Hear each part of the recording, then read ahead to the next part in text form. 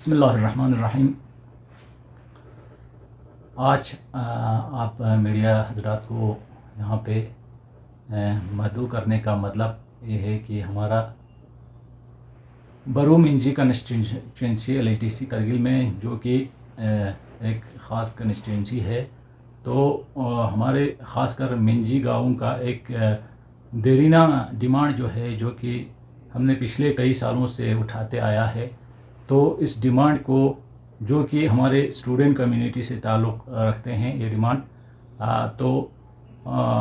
इन demands को हमने मद्देनज़र रखते हुए आज यहाँ पे ख़ासकर हमारा honourable LG doctor BD Mishra ji और हमारा सेक्रेटरी एजुकेशन UT लद्दाख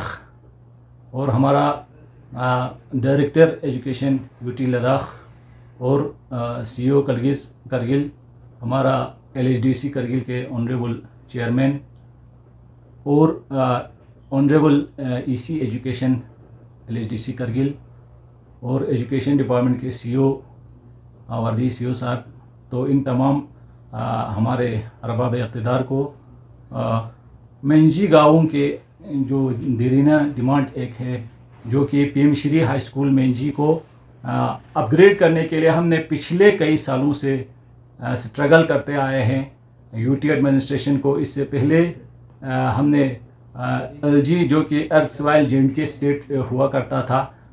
2019 से पहले, तो उस वक़्त से लेकर हमने कई बार जो है गवर्नमेंट को, UT गवर्नमेंट को, UT लद्दाख को, सेक्रेटरी एजुकेशन और डायरेक्टर एजुकेशन को हमने कई बार बहुत सारे वफूद जो है जाके ये हायर सेकेंडरी का जो मुद्दा है,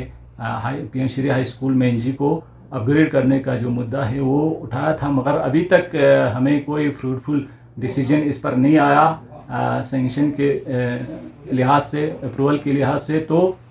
इस डिमांड को मद्देनज़र रखते हुए हमने एक बार फिर सरकार से पुरजोर अपील करते हैं कि सरकार, पिछले कई बार जो हमने डिमांड रखा था उसमें सरकार का यही कहना था कि आप लोगों का फीडिंग कोई हाई स्कूल नहीं। तो हमारा कहना ये है कि हमारा यहाँ फीडिंग अगर हाई स्कूल नहीं होगा तो मगर डिस्टेंस के लिहाज से हम न तो हमारे बच्चे 13 किलोमीटर सफ़र करके ट्रिस्पोन जा सकते हैं, न तो 13 किलोमीटर सफ़र करके यहाँ डिस्ट्रिक्ट हेडक्वार्टर पर करगिल सिटी में आ सकता है। तो इन सभी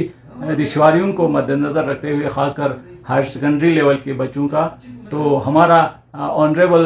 LG लद्दाख से और secretary education school education UT Ladakh और डायरेक्टरेट एजुकेशन UT लद्दाख और LHDC करगिल, ख़ासकर ऑनरेबल CC साहब और डिस्ट्रिक्ट एडमिनिस्ट्रेशन से भी हमारा गुजारिश यही रहेगा कि हमारे इस स्कूल को किसी भी सूरत में आपका क्राइटेरिया, अगर आप लोग high school feeding high school रखा होगा तो इन चीज़ों में कुछ रिलैक्सेशन लाकर हमारे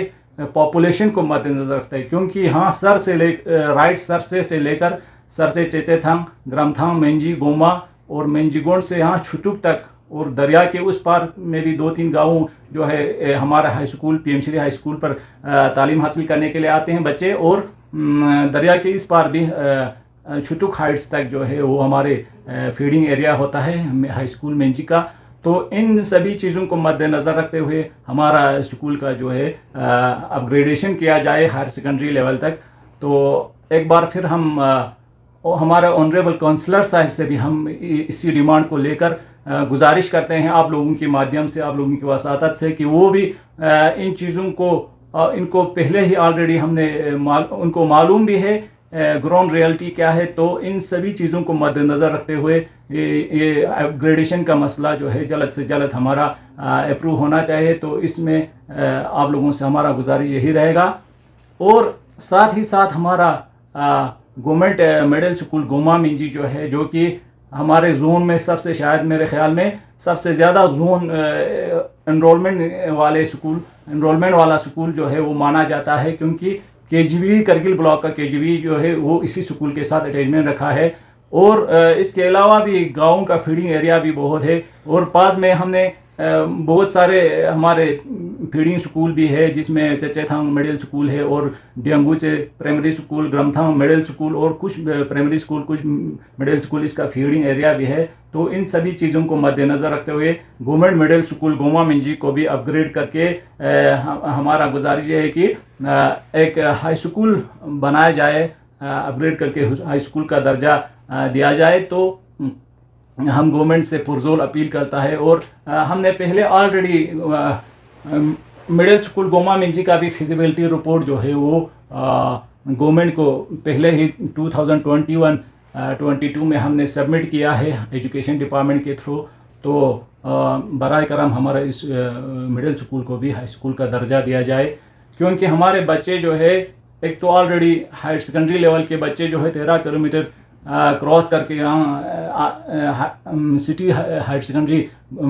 ख़ासकर गर्ल्स स्टूडेंट जो है वो गर्ल्स हायर सेकेंडरी पे यहाँ पे ज़ेर तालीम है। तो और इनका इनरोलमेंट भी आप लोग चेक कर सकता है कि ज़्यादातर गर्ल्स हायर सेकेंडरी करगिल में मेंजी एरिया से आता है, हमारे एरिया से बच्चियाँ आता है। तो और इसके अलावा higher secondary boys higher secondary school Baru में जो कि वाक़ है, तो वहाँ पे भी ज़्यादा इनरोलमेंट जो है हमारे एरिया से आता है। तो इन सभी चीज़ों को मद्देनज़र रखते हुए ये अपग्रेडेशन जो है बहुत हमारा देरीना मांग है, तो ये ज़रूर हल होना चाहिए। और साथ ही साथ हमारा यहाँ पिछले 2 सालों से पब्लिक ट्रांसपोर्ट जो है हमारे सड़कों से गायब है, ख़ासकर मेंजी एरिया में, क्योंकि पब्लिक ट्रांसपोर्ट जो है अवेलेबल ना होने की वजह से हमारे बच्चों को सुबह शाम बहुत सारी तकलीफ़ें बर्दाश्त करना पड़ता है। तो इस ज़मीन में भी मैंने कई बार पिछले जनरल कौंसिल बजट्स में भी ये मसला उठाया था, शायद ऑन रिकॉर्ड होगा। तो मगर अभी तक कोई गवर्नमेंट ने इन पर कोई खातिर ख्वाह कदम नहीं उठाया। तो हमारा रिक्वेस्ट यही डिस्ट्रिक्ट एडमिनिस्ट्रेशन और ख़ासकर LHDC करगिल से, ऑनरेबल CC साहब, ऑनरेबल EC एजुकेशन से और CO साहब से ही, डायरेक्टर ऑफ एजुकेशन से ही रिक्वेस्ट रहेगा कि हमारे यहाँ पब्लिक ट्रांसपोर्ट जो है यहाँ पे मुहैया किया जाए। बहुत सारे इलाकों में अल्लाह के फजल से बस चलते हैं और हमारे मेंजी में अभी तक कोई बस वगैरह या गवर्नमेंट ट्रांसपोर्ट जो है अभी तक कोई ऐसी फैसिलिटी नहीं है। तो हम अपने ऑनरेबल काउंसलर साहब को आप लोगों के माध्यम से ये भी गुजारिश करते हैं कि हमारे स्टूडेंट्स की इन परेशानियों को मद्देनज़र रखते हुए हमारे इलाके में एक कम से कम गवर्नमेंट ट्रांसपोर्ट भी चलाया जाए तो बड़ी मेहरबानी होगी। तो इन्हीं चीज़ों को लेकर हम डिस्ट्रिक्ट एडमिनिस्ट्रेशन से भी गुजारिश करते हैं, ख़ासकर DC साहब, वर्दी DC साहब से, कि हमें एक बस जो है वो किसी भी सूरत में प्रोवाइड किया जाए, क्योंकि स्कूलें जो है वो और भी ओपन होने को जा रहा है। तो हमारे बच्चे आने वाले टाइम में मुझे लगता है बहुत कुछ फेस करना पड़ सकता है। तो इससे पहले आप लोगों से गुजारिश है कि हमें किसी न किसी सूरत में ट्रांसपोर्ट सिस्टम जो है वो फराहम किया जाए, जब तक हमारा PM श्री हाई स्कूल जो है वो हायर सेकेंडरी का दर्जा इसको अप्रूव ना हो जाए। तो हम अपने ऑनरेबल काउंसलर साहब से भी उम्मीद करते हैं कि वो भी शायद उन्होंने भी प्रपोजल मूव किया होगा UT एडमिनिस्ट्रेशन को, डायरेक्टर ऑफ एजुकेशन के थ्रू। तो इंशाल्लाह हम उम्मीद करते हैं कि हमारा स्कूल जो है जल्द अपग्रेड हो जाए। तो यही आप लोगों से तकाजा था। तो मैंने कई बार मैं अपने ये वर्बल जो है आप लोगों की वसातत से नहीं कहता हूँ कि मैंने बिल्कुल प्रूफ इसमें 2019 से लेकर जब से एब्रोगेशन ऑफ आर्टिकल 370 हुआ था तब से लेकर आज तक जो है मैंने 3 बार डायरेक्टर ऑफ एजुकेशन के थ्रू यहाँ पे से प्रपोजल मूव किया है। पूरा फॉर्मेलिटी जो भी होता है, फिजिबिलिटी रिपोर्ट्स वगैरह जो है वो मूव किया हुआ है, ऑलरेडी गवर्नमेंट को फॉरवर्ड किया गया, मगर अभी तक इन चीज़ों पर कोई अमल दरामद जो है नहीं हुआ अप्रूवल के लिहाज से। तो ये हमारे अप्रूवल्स हैं उस वक़्त, ये हमारे रिकॉर्ड्स हैं जो कि हमने UT एडमिनिस्ट्रेशन को इससे पहले भी और बहुत सारे एजुकेशन डायरेक्टर्स के टेन्योर जो है इसी दौरान ख़त्म हुआ। तो श्री मुमताज़ अली साहब था उस वक़्त डायरेक्टर एजुकेशन UT लद्दाख, तो उस वक़्त भी हमने प्रपोजल फॉरवर्ड किया था, हमारा डिमांड जो है। और इसके बाद डॉक्टर सफदर अली IRS था, उन उस टाइम में भी हमने प्रपोज़ल सबमिट किया 2 बार, तो अभी तक कोई इनका पॉजिटिव रिस्पांस जो है हमें एडमिनिस्ट्रेशन से और सेक्रेटरी एजुकेशन की तरफ से नहीं आया। तो हम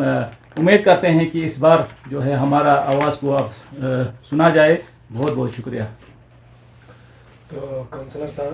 तो मेहरी साहब, अभी आपने बताया कि अपग्रेडेशन और ट्रांसपोर्टेशन के बारे में, इस हवाले से आपके टेन्योर में आपने किस तरह से काम किया था, उस हवाले से आप क्या बताना चाहेंगे? मूसा साहब, इससे पहले हमने सबसे पहले तो हमारा फिरोज़ साहब जब हमारा 4th LHDC का चेयरमैन हुआ करता था, तो उनके थ्रू मैंने यहाँ से रिकमेंडेशन भेजा था। उस वक़्त हमारा J&K स्टेट में हमारा डायरेक्टरेट हुआ करता था, तो उनके थ्रू हमने प्रपोज़ल भी सबमिट किया और उन्होंने यहाँ पे उन्होंने रिकमेंडेशन भी भेजा था, एक स्ट्रॉन्ग रिकमेंडेशन भेजा था। मगर बदकिस्मती से उस वक़्त एब्रोगेशन हुआ आर्टिकल 370 का और बहुत सारे डेवलपमेंट हुआ हमारे स्टेट को लेकर, तो इस वजह से ये चीज़ जो है नहीं हो सका। और इसके बाद मैंने कई दफ़ा मैंने पहले भी अर्ज़ किया कि आपको हमारे यूटी एडमिनिस्ट्रेशन लद्दाख को और हमारे इवन हमारे ऑनरेबल गवर्नर साहब, इससे पहले RK माथुर साहब भी यहाँ पे टूर हुआ करता था और बीडी मिश्रा साहब भी यहाँ पे टूर किया था कई बार। तो उनके पास भी हमने जब उनके विज़िट यहाँ करगिल में हुआ करता था, तो वही पहला मुद्दा जो है हमारा ये होता था कि अब हमारे हाई स्कूल को हायर सेकेंडरी का दर्जा दिया जाए। तो इसमें पूरा कागजात है हमारे, जिसमें हमारे PRI मेंबर्स भी थे, हमारा नायब सरपंच और दोनों हलकों का, तो हम सब मिलकर ये उठाते आए हर फोरम पर, मगर अभी तक कोई इसका फ्रूटफुल नतीजा जो है हमें देखने को नहीं मिला। और इस के अलावा ट्रांसपोर्ट के बारे में मैंने कई बार डिस्ट्रिक्ट कैपेक्स बजट के प्लान में मैंने ट्रांसपोर्ट के बारे में भी बहुत सारे सबमिशन, शायद ऑन रिकॉर्ड होगा, हमारे इंफॉर्मेशन डिपार्टमेंट के पास भी होगा, आप मीडिया हजरात के पास भी ऑन रिकॉर्ड होगा। 2 बार मैंने कंजिक्यूटिवली 2 बार मैंने 2 जनरल काउंसिल मीटिंग में मैंने ये ट्रांसपोर्टेशन का मसला उठाया था और डिस्ट्रिक्ट एडमिनिस्ट्रेशन ने उस वक्त श्योरिटी भी दिया था कि आप के इलाके के स्टूडेंट्स के लिए लिफ्ट करने के लिए हमने पब्लिक ट्रांसपोर्ट जो है हम प्रोवाइड करेंगे, मगर वो सिर्फ बातों पे रहा, मगर कोई अमली इक़दाम जो है अभी तक इन चीज़ों पर नहीं उठाया। तो अभी लगभग 1.5 साल होने जा रहे हैं, जो आपके इलेक्टेड काउंसलर है उनकी तरफ से किस तरह के कामकाज डेवलपमेंट वर्क्स किस तरह से किया जा रहा है आपके गाँव? शुक्रिया मुसा साहब, आपने ये सवाल मेरे से बहुत अच्छा सवाल किया कि डेवलपमेंटल एक्टिविटीज़ के लिहाज से जहाँ तक मैं, देखो सबसे पहले मैं ये चीज़ क्लियर करता हूँ कि मैं किसी को पर्सनल जो है मतलब एसोसिनेशन नहीं करना नहीं चाहता हूँ किसी की ज़ात पर, मगर बदकिस्मती आज मैं भी इस 5th LHDC काउंसिल को मैंने भी कॉन्टेस्ट किया था, मगर और मुझे भी अपने लिहाज से कुछ 20-25-30% जो है वोट मैंने भी लिया उनसे। तो मेरा फ़र्ज़ भी बनता है ये चीज़ें जो है पब्लिकली बोलें और अरबाब इक़्तिदार तक ये चीज़ें जाए। तो आप लोगों की वसातत से मैं ये बोलता जाऊँ कि मैंने जब मैं 4th LHDC के लिए मैं 2018-19 में इलेक्ट हुआ था, तो मैंने एक ऐसा वर्क कल्चर जो है पूरा डिस्ट्रिक्ट के अंदर एक मतलब यूनिक एक वर्क कल्चर जो है मैंने बनाने की कोशिश किया था। शायद आप लोगों ने भी सुना होगा, देखा होगा, मीडिया हज़रात भी, तो जिसमें ऐसा निज़ाम था कि जब जो ही जनरल काउंसिल का बजट जो है, बजट प्लान मीटिंग जो है वो ख़त्म होता था, तो इसके बाद मैंने अपने कंस्टिट्यूंसी का पूरा PRI मेंबर्स, जिसमें हमारे सरगुरू होता था, नंबरदार्स होता था और ज़िय्ज़त शहरी जो होते थे गाँव के, उन सब को लाकर, ख़ासकर 5 सरपंच जो है उनको ला के मैंने उन्हीं से ही साल का जो फाइनेंशियल ईयर का जो प्रपोज़ल होता था, किस काम में कितना पैसा हमें रखना है, किस काम को प्रायोरिटाइज करना है, तो इन चीज़ों पे मैंने एक थ्रेडबेयर डिस्कशन करता था, एक दिन पूरा मीटिंग करके उनसे, और 10 दिन 1 हफ्ते के अंदर उनसे प्लान लेकर उसी हिसाब से मैंने ग्रास रूट लेवल तक जो भी एलोकेशन होगा, जिसमें कैपेक्स बजट का जो एलोकेशन होता है और CCDA का भी हो, चाहे जिस कंपोनेंट का भी हो, उनको इस तरह मैंने ग्रास रूट लेवल पर पहुंचाने की कोशिश करता था। मगर बदकिस्मती से मुझे आज बोलना पड़ता है कि हमारा ऑनरेबल काउंसलर, रेस्पेक्टेड काउंसलर जो है, उन्होंने 1.5 साल हुआ मगर हमें कोई इन चीज़ों के बारे में अभी तक कोई किसी को भी इंफॉर्मेशन उन्होंने नहीं दिया। हालांकि हमारा PRI मेंबर्स भी आज हैं, मतलब वो एक्स सरपंच, एक्स पंच गाँव के अंदर है, एक नायब सरपंच है एक्स, तो उनको भी, और इवन सरबरोज है गाँव के अंदर, तो इनको भी अभी तक कोई पता नहीं है कि डिस्ट्रिक्ट कैपेक्स में से हमें कितना शेयर मिला है। हालांकि इस साल मैंने सुनने में मुझे ऐसा देखने में आया कि 3-3 काम जो है हर एक काउंसलर के ऊपर, हर एक काउंसलर की कंपटेंसी में दिया है कि 3-3 काम जो है आप इसको आइडेंटिफाई करके देना है कैपेक्स बजट में से, वो CCDA से नहीं। तो इसका भी हमें अभी तक कोई अता पता नहीं है कि ऑनरेबल काउंसलर साहब ने ये काम जो है कहाँ पे प्रायोरिटाइज करके दिया, किस से इसका आइडेंटिफिकेशन ले लिया करके। तो और इसके अलावा जो CCDA में से अगर दिया होगा तो वो भी PRI मेंबर्स को भी कॉन्फिडेंस में लिए बगैर, गाँव वालों को भी कॉन्फिडेंस में लिए बगैर जो है उन्होंने अपने हिसाब से, पता नहीं उसने कैसे मतलब आइडेंटिफिकेशन करके दिया। उन चीज़ों के बारे में मैं उनसे जानना चाहता हूँ कि, क्योंकि पब्लिक भी पूछ रहे हैं, आज हमारे लोग भी पूछ रहे हैं कि आप लोगों को क्या कॉन्फिडेंस में लेते हैं नहीं कि हमारे यहाँ काम क्या हो रहा है। हालांकि बहुत सारे काम जो है मैंने काउंसलर साहब को खुद दिखाकर, मतलब साइड पे जब वो मुझे बुलाते थे तो मैं साइड पर इनको दिखाता था कि फलाना ये रोड का अपग्रेडेशन ज़रूरी है, सबसे प्रायोरिटाइज देना है, फलाना रोड का मैकेनाइजेशन ज़रूरी है। तो पिछले साल उन्होंने शायद अक्टूबर नवंबर में उन्होंने बरू का पूरा एरिया जो है वो मैकेनाइज किया। चलो मैं इसके अगेंस्ट नहीं हूँ, चलो वो करना भी चाहिए, मगर मेंजी में इतना रोड्स था जो कि मैकेनाइज करने का उसको बहुत ही ज़रूरत था। शायद बहुत सारे रोड जो है अपग्रेडेशन करने का, उनको बिल्कुल इग्नोर करके एक फुट भी अभी तक हमारे यहाँ मैकेनाइजेशन नहीं हुआ है। तो इन चीज़ों को मैंने ऑनरेबल काउंसलर को ऑन स्पॉट जाकर दिखाया भी था। तो इसके अलावा बहुत सारे काम ऐसे हैं जो कि अभी तक पेंडिंग है। तो जो अभी नेशनल हाईवे है जो मेंजी साइड में अभी रुका हुआ है, तो सुनने में आया था उस पर कुछ सिटे विटे लगा हुए हैं, तो उसको बनाना बहुत इम्पोर्टेंट है वहाँ पे, तो क्या कहेंगे आप उस पर? नहीं, नेशनल हाईवे के, जहाँ तक नेशनल हाईवे का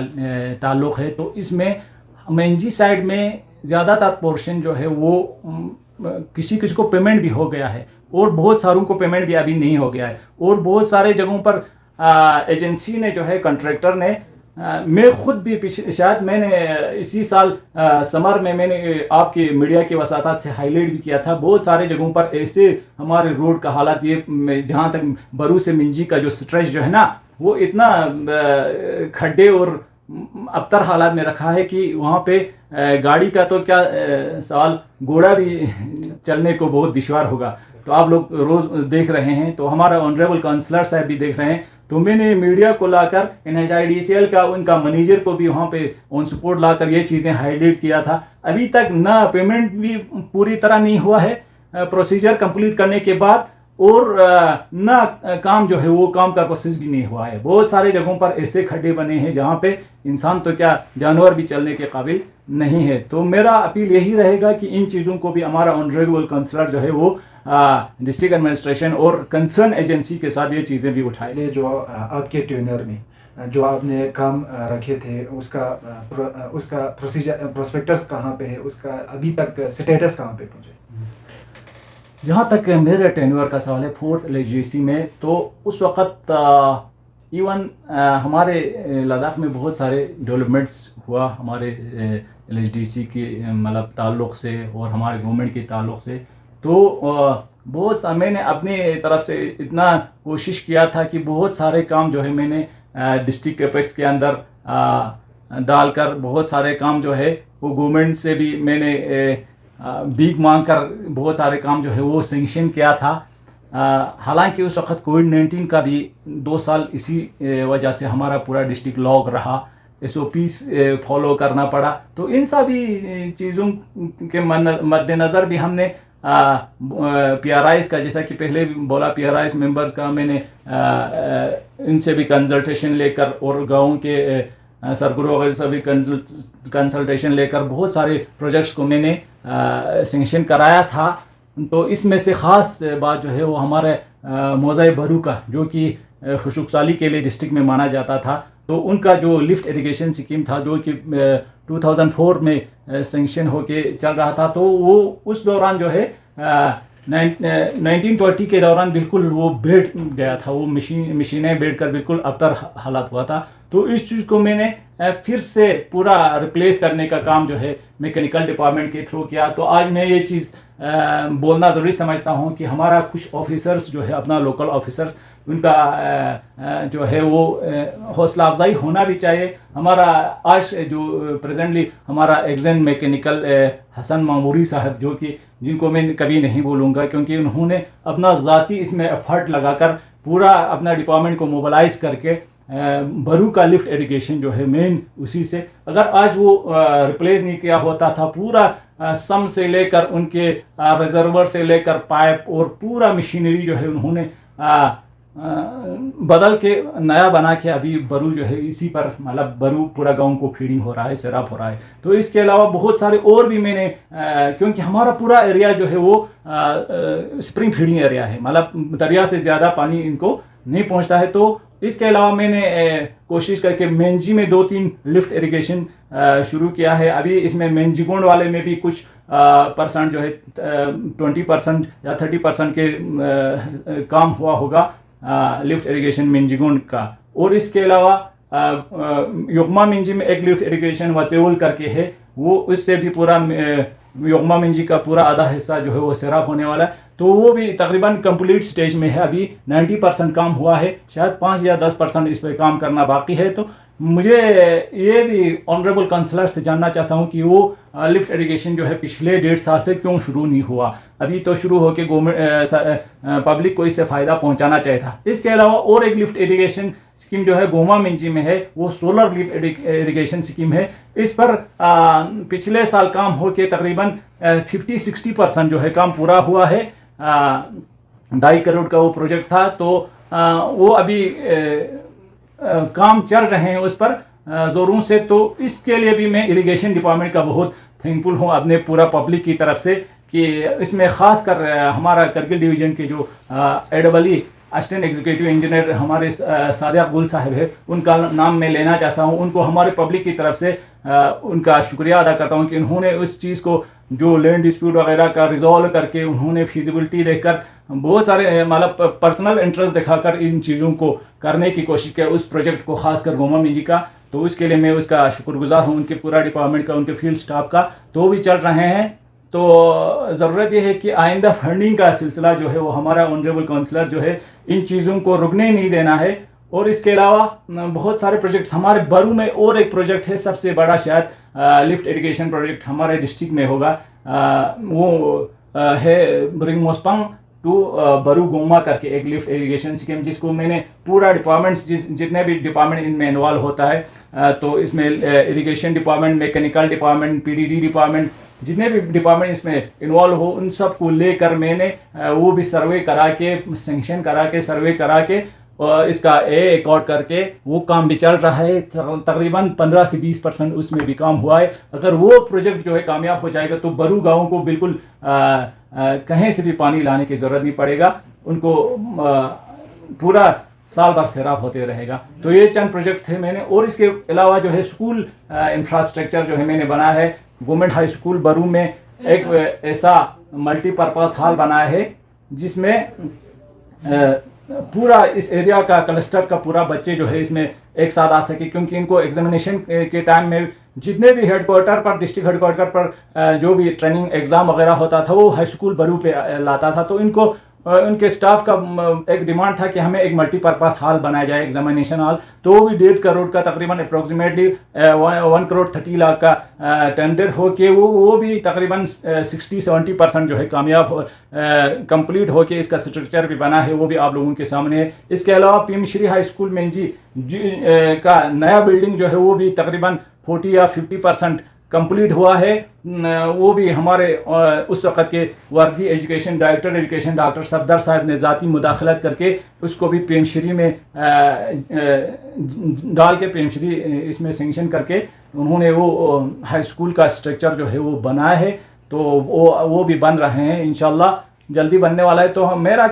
कहने का मतलब ये है कि पूरा पब्लिक की बिहाफ पर में ऑनरेबल काउंसलर जो है हमारा वो मतलब थोड़ा चुस्तीपन अपने में चुस्तीपन लाके इन चीज़ों पर फॉलो करके कौन सा काम जो है किस स्टेज पर पहुंचा है और क्या करने की ज़रूरत है, इन चीज़ों पे नज़र रखने की ज़रूरत है। क्योंकि हमारे पब्लिक का ये शिकायत है आजकल की हमारा काउंसलर का कहीं भी आवाज़ देखने को नहीं मिल रहा है कहकर। तो मैं इन पर कोई ब्लेम या पर्सनल ये नहीं कर रहा हूँ, क्योंकि उनका दायित्व बनता है, उनका फराइज बनता है कि वो जब एक इंसान को पब्लिक का मैंडेट जब मिलता है तो पब्लिक का मैंडेट का एहतराम करना उस रिप्रेजेंटेटिव के लिए, क्या है जो भी हो, हमारा काउंसलर ही नहीं जो भी हो, पब्लिक रिप्रेजेंटेटिव को इसका फराइज से मनसबी जो है वो अपना अंजाम देना चाहे। तो इस हवाले से हम अपना ऑनरेबल काउंसलर से हमारा हाथ जोड़कर गुजारिश है कि वो जो भी काम डेवलपमेंटल एक्टिविटीज़ है रुके है तो इन चीज़ों को फॉलो करें और आइंदा भी हमारे PRI मेंबर हो चाहे गांव के लोग हो, उनसे कंसल्ट करके, न कि अपने हिसाब से, उनसे पूरा कंसल्ट करके एक शफाफ तरीके से प्रपोजल्स जो है आइडेंटिफिकेशन वगैरह जो है वो कराया जाए। उनसे हमारा ये अपील है कि हम उम्मीद करते हैं कि हमारा ऑनरेबल काउंसलर जो है आइंदा ऐसे चीज़ों पर हसासियत अपना हसास होके इन चीज़ों पर पूरा ध्यान दें। Thank you sir. शुक्रिया। चन लद्दाख एक्सप्रेस लखनी में मंगसुल्ला जुआइन दी चैनल पर सब्सक्राइब बाजात।